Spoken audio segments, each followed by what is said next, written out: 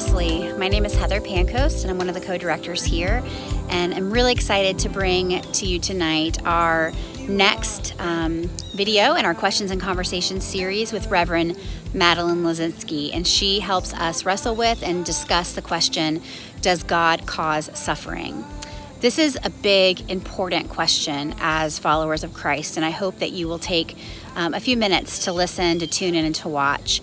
I do want to say and provide a trigger warning that the topics of rape and abuse are discussed in this video. And so if you have, for any reason, concern that this might be difficult for you, I would recommend having a friend watch it with you, being with some people that you trust and care about as you watch, as it may bring up some emotions and feelings for you. Thanks so much. We hope you enjoy. Have a great week. Hello, everybody at Gator Wesley. It's good to be with you. My name is Heather Pancoast, and I'm one of the co-directors here, and I'm thankful to be joined tonight by Reverend Madeline Lazinski. We're here tonight for one of our Sunday night teaching series around questions and conversations, where we speak with folks in our church and in our community around difficult, interesting questions of our faith. And tonight we've asked Madeline to be here with us and discuss the question, does God cause suffering? And we're going to talk about that with her. So I'd love to have her introduce herself to you all, and then we'll jump right in. Thanks so much for that, Heather. I'm so glad to be here with you all tonight. Like she said, I'm Madeline Lazinski. I am currently serving at the Florida United Methodist Children's Home in Enterprise, which is also Deltona, Florida. I'm a ordained deacon in the United Methodist Conference, which is a really unique calling. We spend a lot of our time as deacons in community service and in ministry outside the walls of the church. And so one of the ways that I do that is by serving as the chaplain here at the Children's Home. So my job is to be the pastor for about 80 youth who are ranged between ages of about 7 until 17, who are in the foster care system or for whatever reason aren't able to stay with their families. And so many of the children I work with have experienced abuse and neglect and a lot of trauma. And so I'm here to be their pastor. Well, thank you for being here with us tonight. And thank you for doing that important, just vital work, knowing that your gifts are such a blessing to those kids. So we're thankful that you've answered that call in that way, and that you agreed to be with us tonight to answer maybe one of our more difficult questions, if I'm being honest.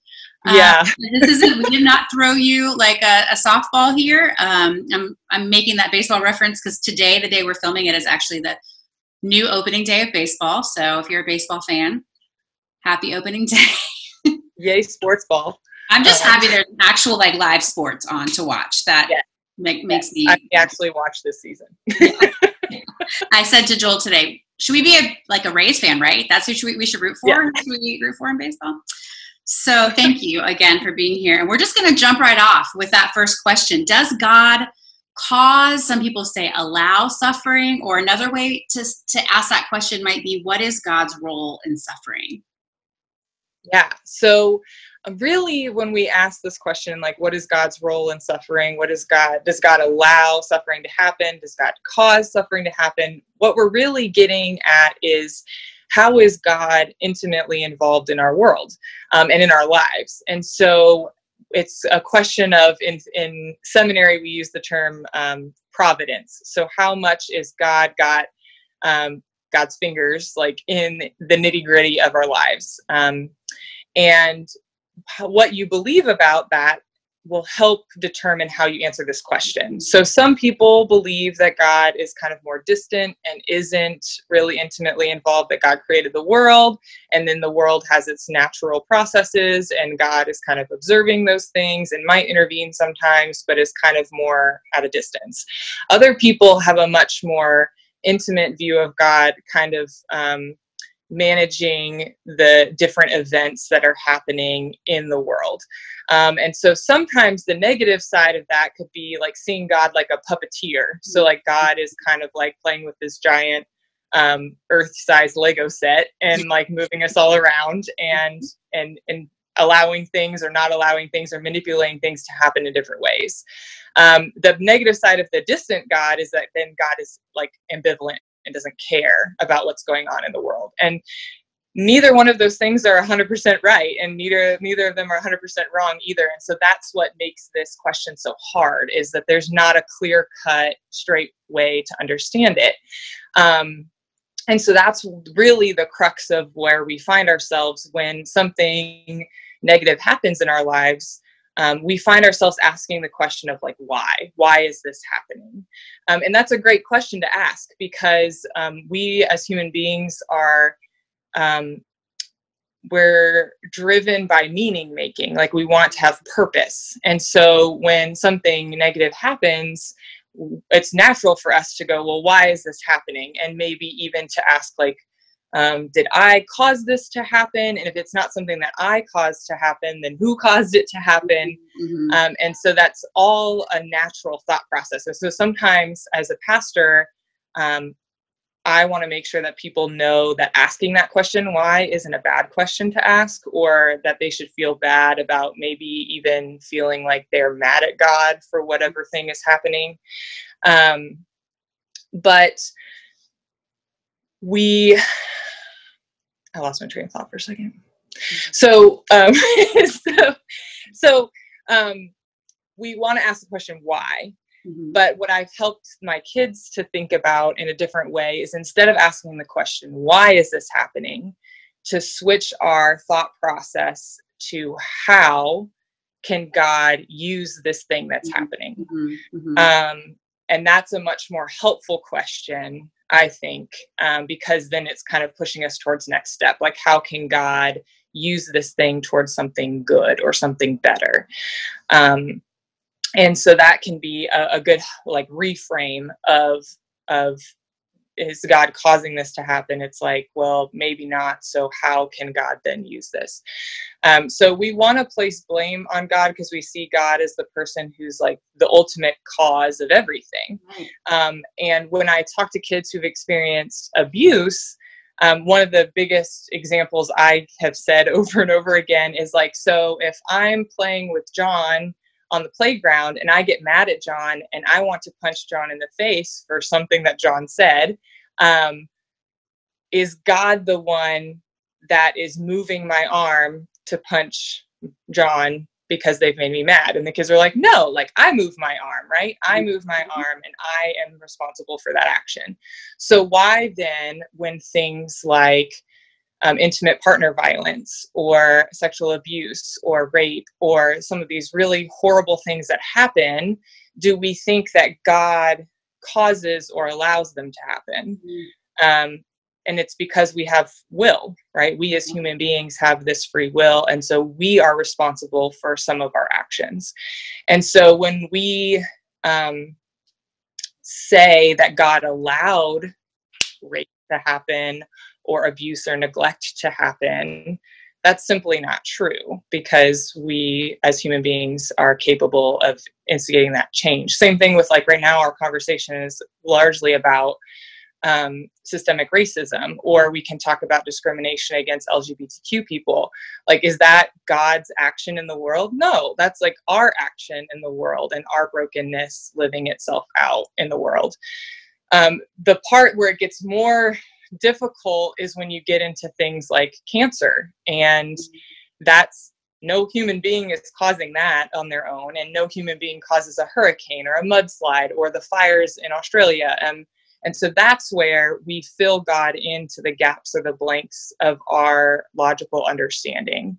And so it's like, well, the only being responsible for natural disasters could be God. And so why does God allow those to happen? And that's one of those things where we just don't have an answer. And it really sucks. If we're being frank about it, is like, we'd love to have an answer, but we don't. And so those are the things that I have a greater understanding for when people are saying, why would God allow this to happen? And really sitting with the pain of that. When it comes to things like abuse and neglect and those types of things, I can be kind of intolerant of people blaming God for those things, because I'm like, no, some human being who's very broken and also needs help, like, caused that. And that's not God. And so I can sometimes be tempted to try to defend God. when I find myself in those conversations. So that's a lot of different things, but all of that kind of goes into answering that question: does God allow or cause that suffering? Yeah, I think there's so much there to think about. And I find it really enticing or easy a lot of times for us to stop short of really diving into the mystery of it all and attempting to placate ourselves with easy answers. And sometimes those easy answers make us feel better. Sometimes they really leave us kind of empty and feeling worse. You know, when I think about a God who would cause suffering through natural disaster or through global pandemics, like that doesn't make me feel any better about the God that I worship. And so, and at the same time, I feel pretty crappy when I have to just sit back and go, I don't know why. You know, that's just exactly a hard place to sit. And I hear students, and I'm sure you have students that you work with that say or have been taught to believe everything happens for a reason, which is really kind of the opposite of what you're talking to us about here. So what do you think people mean when they say that? Yeah, every time I hear that, I will confess I cringe inside because not everything has a reason. Some of it is mystery. And one of the beautiful things about our faith, I think, is that we can't comprehend God fully, and that there's this mystery and this unknown that keeps me coming back in some ways to like continue to learn and understand God. So if everything was super explanatory, it just wouldn't be as much of a lifelong endeavor, I guess. But when people do say everything happens for a reason, first, I would encourage you, if you have not read the book by Kate Bowler, who writes, it's called Everything Happens for a Reason and Other Lies I've Loved. She really kind of wrestles with that question as someone who has been diagnosed with cancer, and it's a great thing to read, and a really easy read too.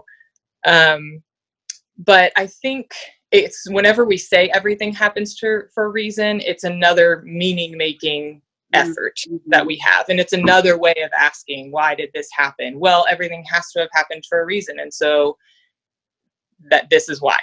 And again, the more helpful thing would be like, which I think is kind of what everything that happens for a reason is trying to get at, but not doing very well, in my opinion, is the like, how can God use this thing? Because many times people who say everything happens for a reason have had an experience where they can look back and say, hey, that really terrible thing happened. And you know what? Now I've grown so much from it, or out of that terrible thing, God worked something together for my good. And so, yeah, that thing happened for a reason. And so I could give a brief example of a story. When I first started working at the children's home, I was swinging on the swing set with a teenage girl, and we were just chatting, and she told me, she was sharing with me about how she had been raped by her stepdad. And she said it kind of like casually, and I tried to, maintain my composure while I'm listening to the story. And then she kind of ended the story with, well, everything happens for a reason. And everything inside of me wanted to scream like, no, rape did not happen for a reason. Like, God did not think that you needed that experience in order to get to some other place. Everything in me wanted to like defend God and simultaneously be angry that God, would allow that to happen, all these things. So it was just this very conflicting moment. But I had to kind of bite my tongue because it was her effort at making meaning out of something that was very tragic and traumatic and terrible. And so she and I had a conversation later, once I had a little more of a relationship with her, when we kind of revisited that topic. And I said, do you really feel like God made that happen? And she was like, well, no, like my stepdad is able to make his own decisions, and he made that decision that hurt me terribly. And I said, okay. So then why does everything happen for a reason? And she kind of like then was kind of stumped with that of like, oh, well then maybe it didn't happen for that reason. But I said, what if God has used that terrible situation and help you to grow and brought you to this place, which was a safer place than where she'd been before, and introduced you to all these adults who are showing you what a healthy relationship looks like. And I've brought you all of these friends that you now have, and so on and so forth. And so we could talk about the good things that are happening now, but it didn't have to be like, oh, I had to be raped in order for me to have friends. It's like, no, that's not the process. But out of that thing, there's this resurrection of new life out of something that was once dead. Mm-hmm. So yeah, that's a beautiful story. And it's interesting to me because it reminds me of when I used to work for hospice, and we had a children's grief program. So we had children and youth that would come to us who had had a loved one die. And we would do this exercise where we would ask them to share what are the things that you've been told that people have said to you in your grief to try and make you feel better that have actually had the opposite effect. And I remember over and over students would say, well, everything happens for a reason, or God needed your dad or your sister, your grandma up in heaven with God. And it used to infuriate me. But then I had a close friend who had a brother killed. And in his grief, he found comfort in this idea that God needed his brother. It was time for his brother's time. It was, I had to bite my tongue to not correct that, because not even that it's a correction, but not to challenge that. Because in that moment and in that time, that was where he was, or where he needed to be, and where his heart was finding comfort.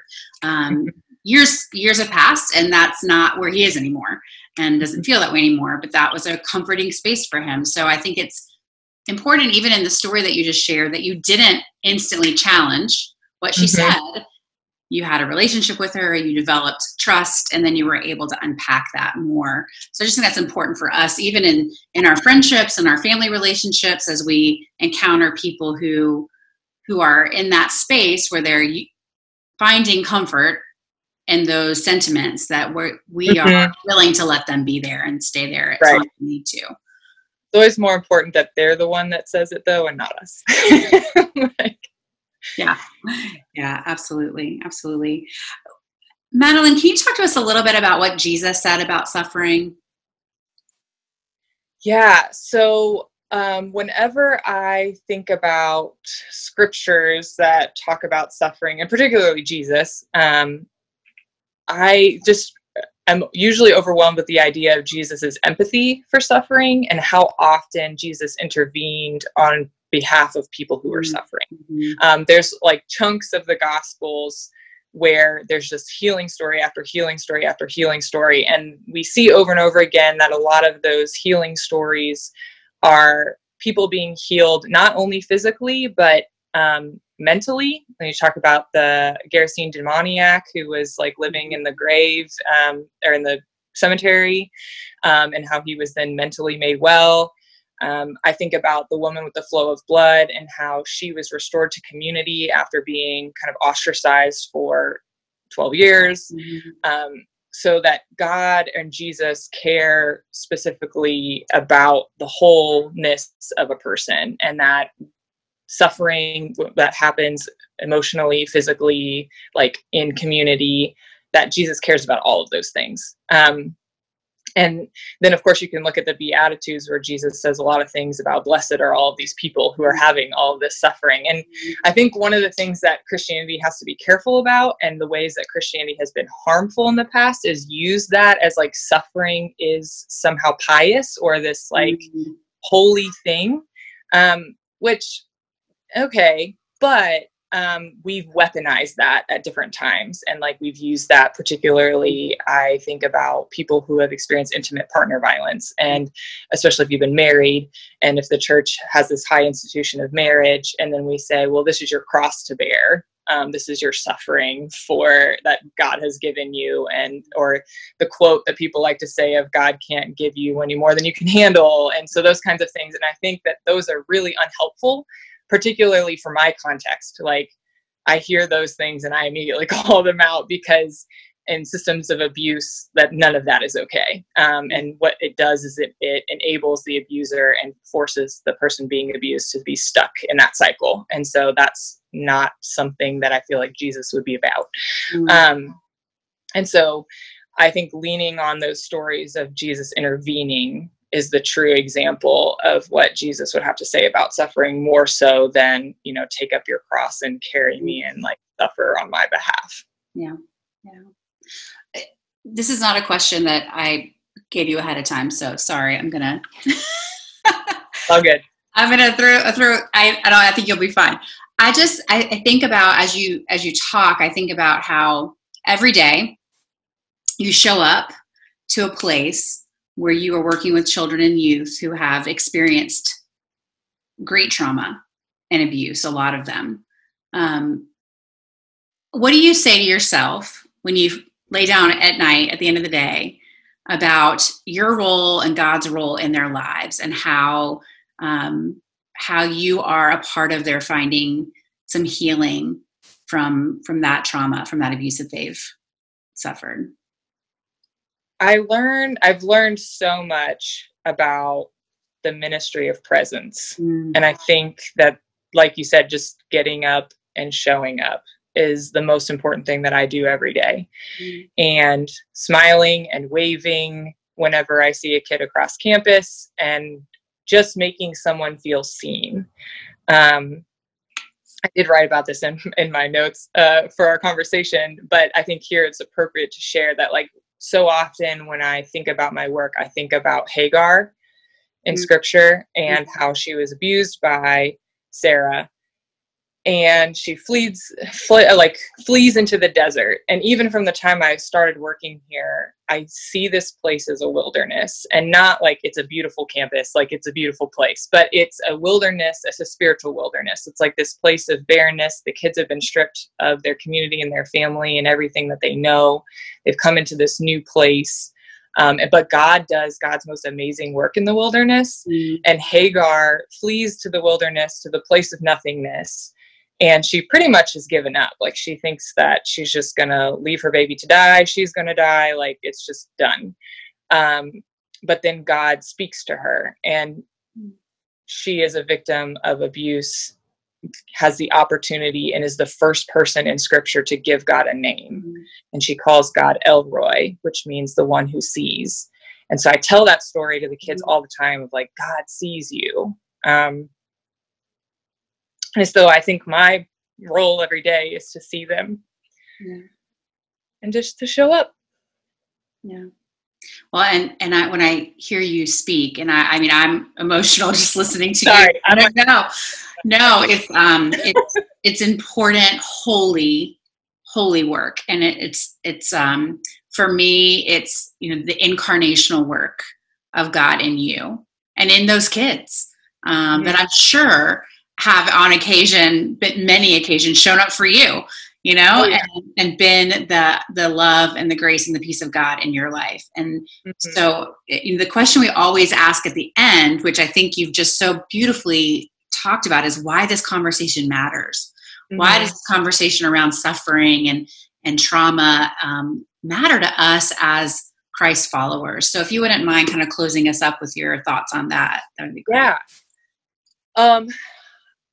I have friends that joke that if I had my way, the whole world would be trauma informed, which is true, because everywhere that we go, there are people who have experienced trauma. And I know that there are many of your students who will watch this and that will hear parts of their story and things that I've shared, or will connect in some way, or and so I think a lot of times people are like, oh, you know, the abused and neglected children, they're at the children's home, and they're not in their schools, they're not in their churches, and they're not in their communities, and they are. And so as people of faith in particular, this conversation is so important, because it can feel like the church has to be everything, you know, it has to be anti-racist and inclusive and, you know, all the things, but that's what the kingdom is. And so if we're truly living into the kingdom mentality, we need to be aware of all of the different ways that people are suffering, all of the different ways that people might hear scripture. I have sat in pews before and wondered if a pastor has ever thought about the woman in intimate who's in a domestic violent relationship, and he's preaching the passage on forgiving 70 times 7. And if that particular person in his congregation has ever crossed his mind while he's preaching that. And so for me, this conversation is important because how we think about God's role in suffering is our witness to who God is to people who are suffering.